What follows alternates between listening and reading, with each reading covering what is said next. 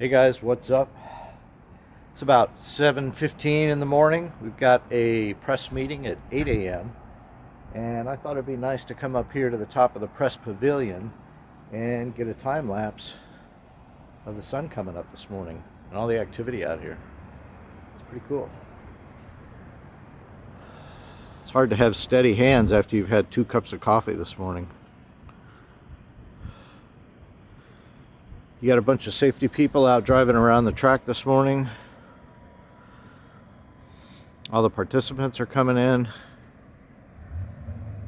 You know, I have yet to see the S&S cycle people out here.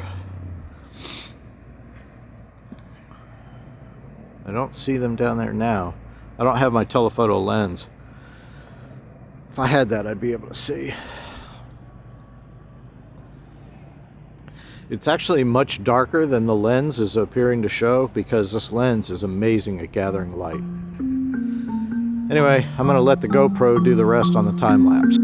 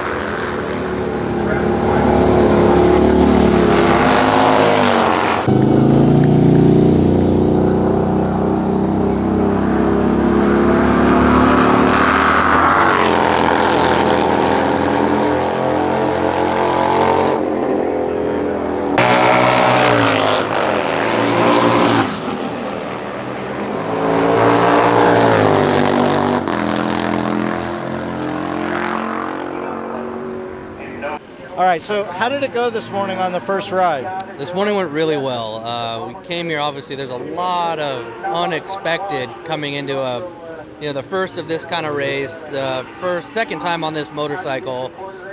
You know, we've never been to this track on this bike. You know, this is my home track. I live 30 minutes down the road. Yeah, I heard that in an interview you did the other day. Yeah, and but it's just, there's so much unexpected. There's a lot of fast riders, but the bikes all kind of even everybody out. So there was not a lot. There's a lot unexpected, and I didn't know what to expect. I just came into the first session going, we're going to shake the bike down, see what we can do, and we came out third. You know, my teammate Tyler O'Hara was he was on a mission from the get-go and set some pretty fast times in the first session. But we came out third, just about a second behind Hayden Gillum, and about 5 seconds faster than Ben Bostrom, and he's in fourth. So Yeah. we're feeling really good coming into this. So, but the first time out, you're really just kind of feeling not only the bike out, but the other riders and what they've got under them, right? Yeah, I mean, there's a lot of unknown. You don't know what's going to happen. You don't know whose bikes are going to be good. You don't know what bikes were built well or what's going to work here. Like, everyone kind of came into this as a guessing game. This is the first race of its kind, and no one really. There's no data behind this. There's no Right. this works good, that doesn't work good. Nobody knew. It was just a guessing game. So this Indian Challenger though is an extremely incredible platform from the get-go and off the showroom floor. I've ridden other brand baggers before, and the first time I rode the Challenger, I went, this thing's a whole different playing field. Yeah, it doesn't handle like your typical bagger, that's for sure. No, it's a lot more. It's very nimble. You can throw it around, at least compared to baggers. It's like a sport bike, disguised as a bagger. It's kind of funny. Exactly. So I understand that that nobody's actually upgraded the cams in this. That you're using factory cams. Is that true? Yeah, this is a bone stock engine that we're using in this Challenger. So we haven't done anything to the motor. It's just basically set up to get it set up on the bike. Yeah, to get it prepared to ride around a road racing track. That's all we've done to it is ergonomics and raising it up and doing that. But as far as the power plant goes, it's a bone stock motor. Are you able to? Do you feel like you've got the ground clearance that you need now? Yeah, that was probably the biggest thing we focused on was the ground clearance. And at our first test, we were drugged just a little bit. But we made a couple little changes and raised a couple things up, and ground clearance is the least of our worries now. Does he seem to have a little bit of a power advantage on you? That I don't know if I was imagining things, or what's your impression on that? You know what? I both of our bikes are pretty identical. Okay. S&S stepped in and they created parts, specifically for their bike. And then when we came in with the second Indian Challenger, S&S provided the parts that they created for us as well. So our bikes are extremely similar. Like I said, Tyler went out there, was on a mission. We were still feeling a little bit of things out, and we got things sorted, and we got, we had to test a quick shifter and a couple other parts that we didn't get to ride at our initial test with, and we went and tested those out in that first session, and we're ready to hit the ground running now. Yeah, I heard that you only had about a month or so to really prepare or ramp up, at least get the bike ready. Yeah, these guys built from bone stock to when I rode it just to get the initial feel of the Challenger to having a bike ready to test for our first test.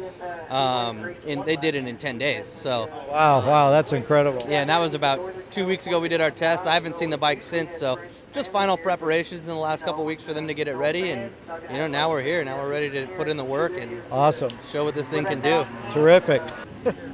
Oh, by the way, Nate at Seminole Indian says hey.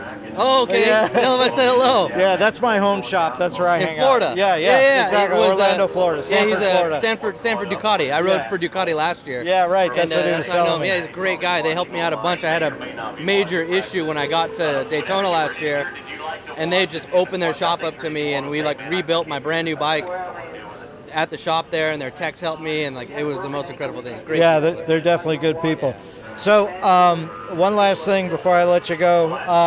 Going from a standard Challenger to this, can you give me any kind of impression about what kind of percentage and horsepower increase? Is it all in the tune as far as that's concerned? Yeah, like I said, this is a bone stock engine. There's a little bit of mapping that's going on, but it's not, as far as the power goes, it's not really anything different from what you're going to get off the showroom. It's So did Indian do the tuning, or I noticed that DynoJet just a few days ago came out with a tuner for the Challenger, something we've all been waiting for. But I'm wondering, is Indian, were they the primary tuners on this? Yeah, this all came from S&S and Indian. Whatever package that they have on their bike is the same package we got on Gotcha. Okay. All right. Okay. Yeah, like I said, a lot of the parts and tuning and that came from their data and what they had already set for Tyler, and they Roland Sands built around that and built to our chassis and got our setup going.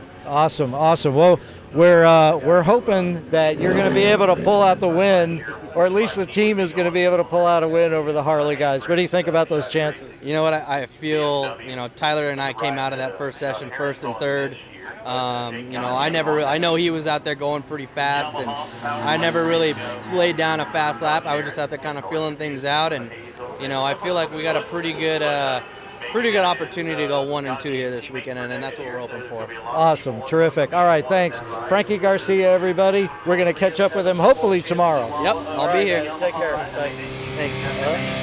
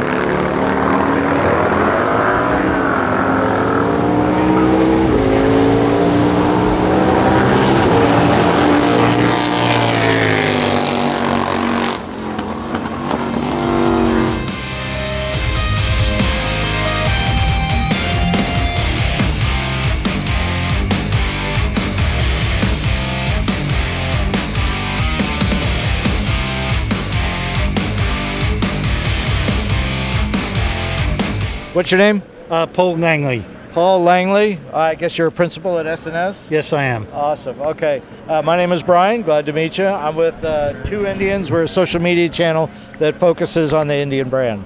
I understand that you were the first of the Indian teams. Here, stand back just a bit this way. Okay. Paul, I understand you were the first of the two Indians team to get involved in the race. Can you tell me how that started?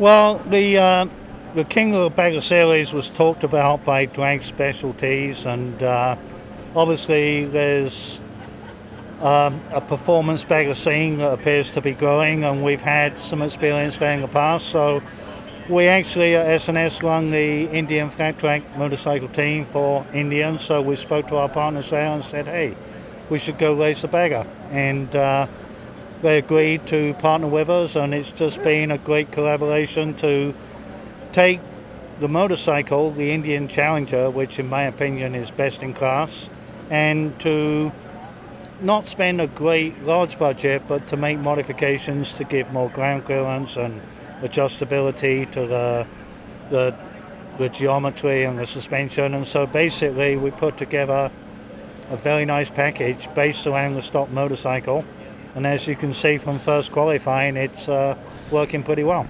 Yes, I saw we had a first and a third place finish. Was that correct? Yes. Yes. Awesome.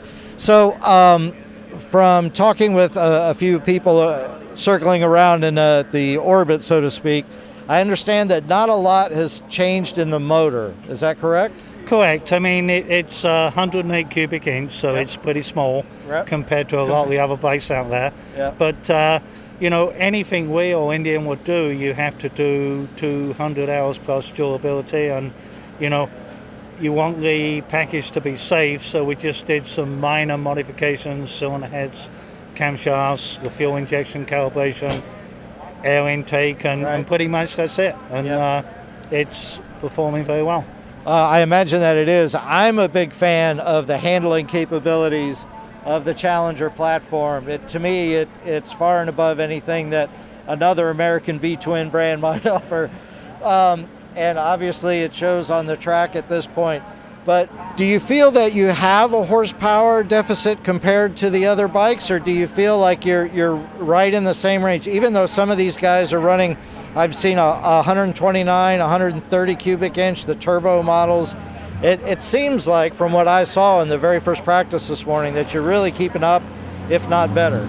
Yeah, for sure we have a horsepower disadvantage. I mean, we do build, big engines ourselves at SNS, and we know what the horsepower output is. But when we started this project, we kind of looked at, okay, what's it going to take to win? And and for sure it's ground clearance, suspension, Yes. weight, braking, Right. and power's pretty much at the bottom, and this just proves it.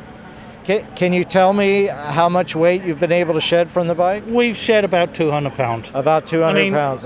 If we got serious and spent some money, we could probably shed another 100 easy enough. Really? But we shed 200 with minimal cost. Right. Just pulling parts off, right? And modifying parts where. So you've got they some could be. carbon fiber parts on We there? do actually, yes. AirTech made us a carbon tank cover, bags, and a rear fender. They just did an awesome job. It's really first class work. Now, speaking of body parts, I don't want to create too much of a controversy or controversy, but I'm seeing some of the other bikes that have their bags shaved on the sides. And to me, after reading the rules, it doesn't really seem that it follows the homologic requirement for the bags. What's your opinion on that? I think that for me, it's important that what we race resembles the motorcycle that the manufacturers trying to sell to consumers. And I think we've done a really good job of keeping that distinctive style. And I think that's important. But, it's open to interpretation. I think if this carries on next year, then maybe a little bit will be tightened up a little bit. Tighten up that. Good.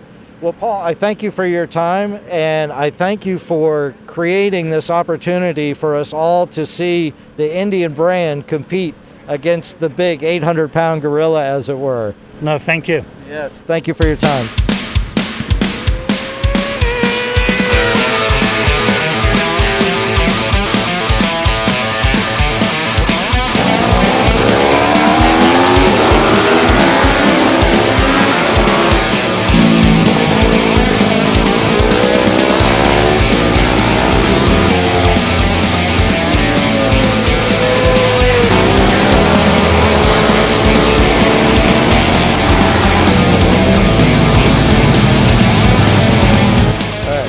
We're all together. Okay, so you're with Drag Specialties, I'm guessing.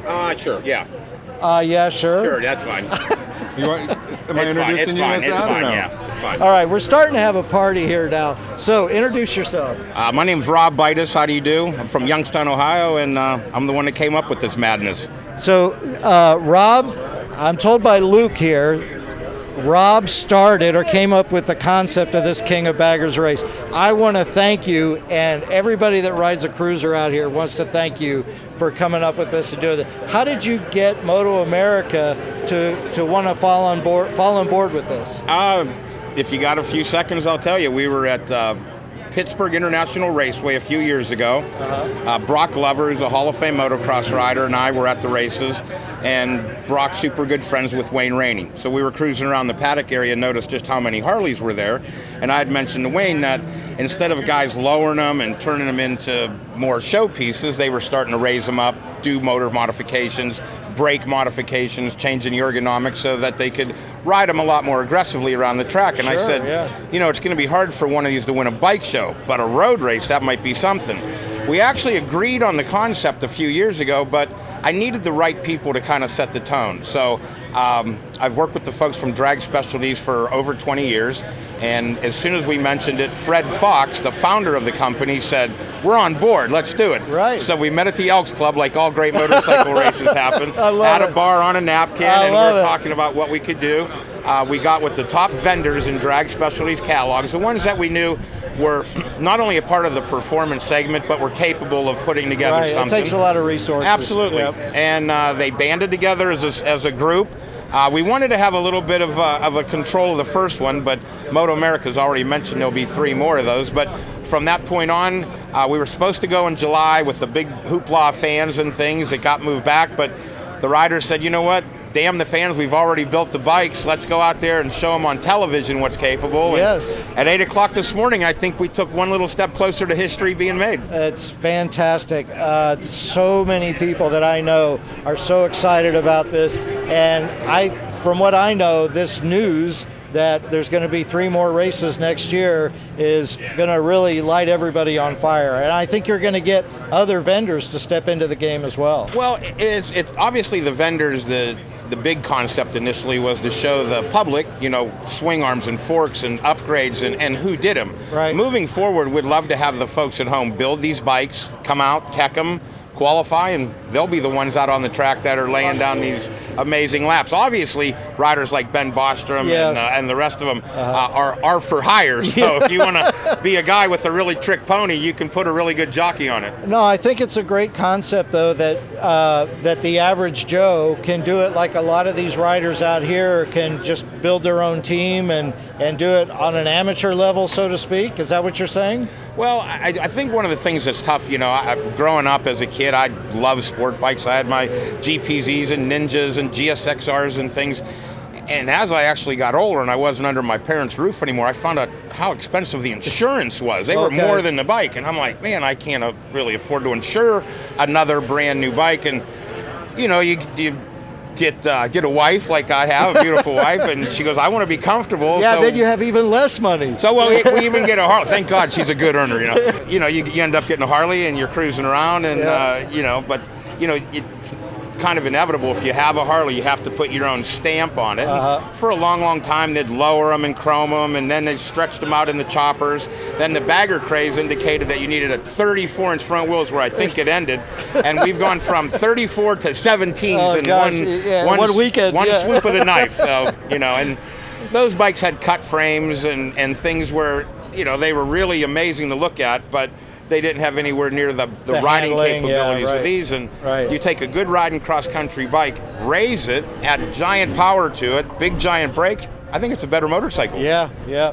So speaking of better motorcycles, we are an Indian-focused social media channel. Tell us how Indian got involved, because before this was strictly a Harley-Davidson thing, was it not? No? Yeah, well, it was a V-twin thing. We knew it was, and Drag Specialties, Parts Unlimited de Le Mans Corporation, has a whole entire Indian catalog. Okay. So, they're part of the family, Okay. And just for all of our viewers, don't forget that Drag Specialties, Indian parts. no. A lot of these aftermarket companies, Saddlemen, for instance, make seats for many. And they're all carried through your distributor. And I'm a motorcycle enthusiast, and I know that the Indian Harley rivalry started, sure. Back in the early echelons of motorcycles. Paul and the guys from S&S and Roland Sands, he and I both had discussed it. And Roland was real apprehensive at first, and then he's telling me how, what you'd have to do to a bike to come out to Laguna Seca. I'm like, well, let's do it. I said, you guys are into the custom bike building world, you're doing it, let's build them. And thank goodness, and I can't thank all the vendors enough that showed up here, but they built the bikes, and here we are. We're not trying to invade road racing, and that road racing's, we're going to change it with what we're doing. I mean, the 1,000 super bikes, the 600s, the things, the 400 class, which is brilliant. I know Moto America even has something for the small kids. And I'd love nothing more than to see Americans go over to MotoGP and succeed and things like that. But I think motorcycle racing as a whole is a festival. And if we could get the V-twin crowd to camp out and spend time at road races and everybody intermingle, I mean, how much better of an event can it be is if you just get people that love motorcycles. Trust me, if you like a V-twin and I like an inline 4, we like motorcycles. We like motorcycles. This doesn't matter. We're on two wheels. For the folks from Harley and Indian, I want to say both of you, welcome to the dance. I mean, here we are, one day away from, I think we made history this morning at 8 o'clock in the first session. Yes, yeah. But tomorrow at 4:45, which would be the 24th, I believe, of October, you folks are going to get a chance to see history being. We've seen triple backflips, we've seen bikes that go, land speed records, but we've never seen baggers on a road race course like Laguna Seca. So Amen. That, my friends, is going to be something for the ages. Well, we are dying to see it. Again, moving forward next year, if you guys and gals at home, and I know there's some girls out there that can get around a racetrack. Absolutely. They claim there's going to be 3 of these. I believe them because they're liking what they've seen so far. Awesome. Terrific. Thank you so much for your time. I appreciate it. Appreciate it, and All best right. of luck to the boys over at Indian. All right. Thanks.